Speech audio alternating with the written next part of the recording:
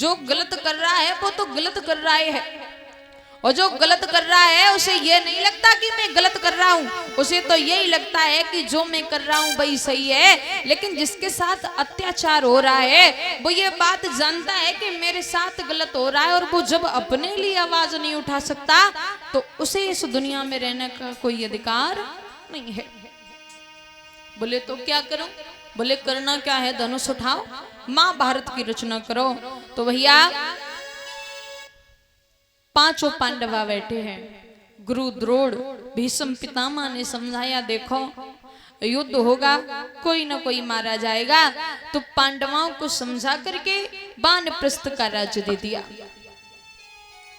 पांडवों ने मेहनत करके बहुत सुंदर सुंदर महल बनाए। एक दिन दुर्योधन उन महलों को देखने गया, और जब महलों को देखने गया तो महल बड़े सुंदर, बड़े अलौकिक। जहाँ पानी था वहां लग रहा है कि सूखा है, और जहाँ सूखा था वहां लग रहा है कि पानी भरा है। दुर्योधन आगे को बढ़ा, आगे जगह कुछ ऐसी थी जहाँ लग रहा है कि पानी भरा हुआ है। सो दुर्योधन ने कपड़ा ऊपर करे और आगे को चल दियो। जब देखा वहां सूखा है तो कपड़ा नीचे करे, फिर आगे को बढ़ा, आगे देखा कि पानी भरा है, वहां लग रहा है कि सूखा है। दुर्योधन आगे को बढ़ा, पैर फिसला, दुर्योधन जमीन पर गिर पड़ा। ये नजारा द्रौपदी देख रही थी। बोले ले हमें तो पता आती अंधे की औलाद अंधी पैदा होती है, और जो ये शब्द सुने कि अंधे की औलाद अंधी पैदा होती है, अब तो भैया दुर्योधन को चैन नहीं। दुर्योधन कहता है द्रौपदी आज कही अंधन के अंधा, और एक दिन फंसे अंध के फंदा। चैन से उसी दिन बैठूंगा जब तुझे नंगा करके अपनी जंघा पर बैठा लूंगा। दुर्योधन को ये बात खा गई। दुर्योधन मामा शकुनी के पास पहुंचा। बोले मामा वो तो जीव ही बेकार है। क्यों?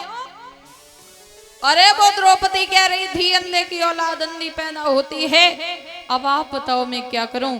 मामा बोले काहे को परेशान है रहे हो?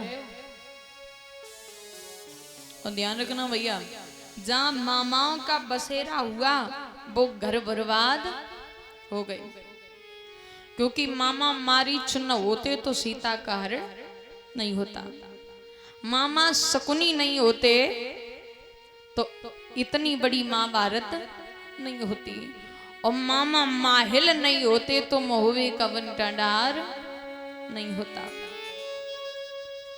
मामा दशरथ नहीं होते तो सुड कुमार मारा नहीं जाता। भैया मामा शकुनी बोले चिंता न करो, जुए का खेल खेलो, और तुम्हें तो पता है हम जुए के खेल में कितने निपुण हैं। भैया पांडवों को कपट का प्रेम किया, पांचों पांडवा हस्तिनापुर में बुला लिए, भोजन कराए। दुर्योधन कहता है भैया जो हुआ सो छोड़ो, अब एक नई शुरुआत करते हैं, आज से हम भाई भाई मिलके रहेंगे, न जाने कितना नुकसान हो गया, आओ बैठो मेरे साथ में। भैया भोजन कराए, बड़े प्रेम से 2-4 दिन पांडवों को रोका। एक दिन दुर्योधन बोला एक काम करो, सुनो सुनो लग रहे हो कि जो खेल खेल लो। बोले बताओ। जवाब दिया एक काम करो जुओं का खेल खेलो। बोले भैया जुए का खेल बहुत नासवान है। धर्मराज बोले मैं जुआ नहीं खेलूंगा, कोई और खेल खेल लो। शकुनी बोले बांझे डर गए का? भीम कछु घमंडी स्वभाव के रहे। बोले तुमसे काहे को डरनो, तुम्हें तो निरी बार हमने रण में पराजित करो है, तुमसे भला क्यों डरेंगे? और तुम्हारे दिमाग में जो बात आई कैसे का हम तुमसे डर गए? तुम 100 और हम 5, तुम 100 पे भारी हो, तुम फिर भी कह रहे हो कि डर गए। खेलो खेल। जुए का खेल खेला गया। ध्यान रखना भैया, जुआ जब खेलना प्रारंभ हुए तो जुआ खेलाता समय काटने को, लेकिन कहते न जा को दुख विधाता दे ताकि मत पहले हर ले। अब जुआ दाव रख करके खेलने लगा। मड़ी मुंदरी मड़ी माला हारे, नौबत यहां तक आई कि पांडवा सर का मुकुट तक हार गई। धर्मराज बोले भैया खेल बंद करो, अब हमारे पास कुछ नहीं है, बताओ सर के मुकुट तक सर पे नहीं है। दुर्योधन बोला वे तो काफी चीजें हैं। बोले का जवाब दिया, भैया मैं मानता हूं कि तुम बहुत हार गए, लेकिन सबसे कीमती चीज रह गई। बोले क्या जवाब दिया, द्रौपदी। अब की बार द्रौपदी को दाव पे रखो। और ऐसा जरूरी थोड़ी है कि हमेशा तुम हारते ही रहो, हो सकता है अब की बार जीत जाओ। और यदि अब की बार तुम जीते गए तो भरोसा रखो, जितनी भी बाजी में मैंने तुम्हारा धन जीता है वो एक ही बार में वापस कर दूंगा।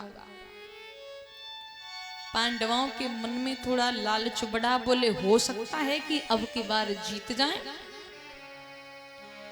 भैया द्रौपदी को दाव पर रखा, और जब द्रौपदी को दाव पर रखा, पांडवा द्रौपदी को भी हार गए। धर्मराज ने खोपड़ी से हाथ मारो। बोले ये क्या हुआ।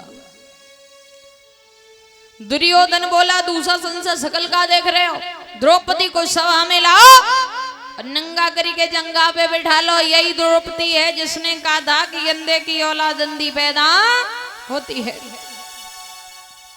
देर नहीं की भैया, ऐसा ही नहीं कि कह रो अभिमानी और बेटा अंधभूप को जायो, कह रो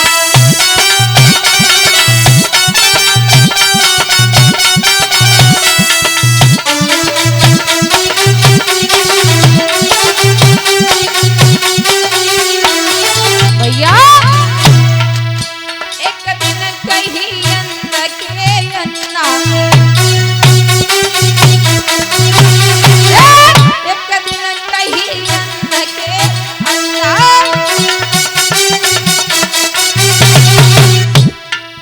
आज फंसे अंधन के फंदा,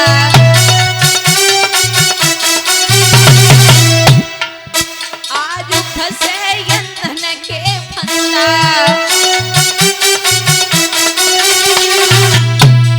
जोर रहो दिखलाई, जोर रहो दिखलाई, बेटा अंधभूप को जायो।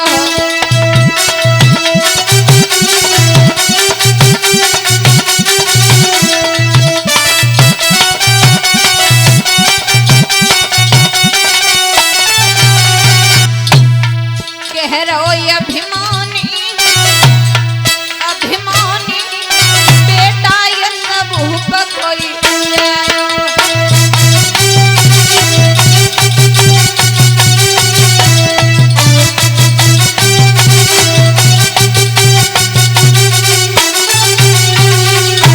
ध्यान रखना भैया, आज दुशासन को आदेश दिया, बोले द्रौपदी को लेकर के आओ। और जब दुशासन चला तो दशा क्या है। और जब रखा द्रौपदी को, कि जब रखा द्रौपदी को, सब हंसे रे ताली हुए।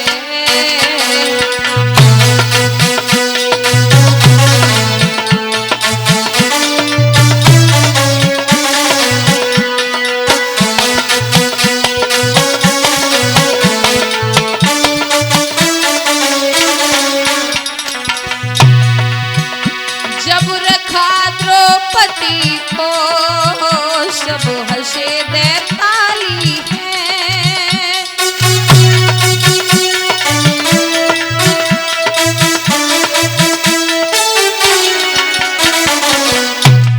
दुर्योधन बोला ये जागीर हमारी है।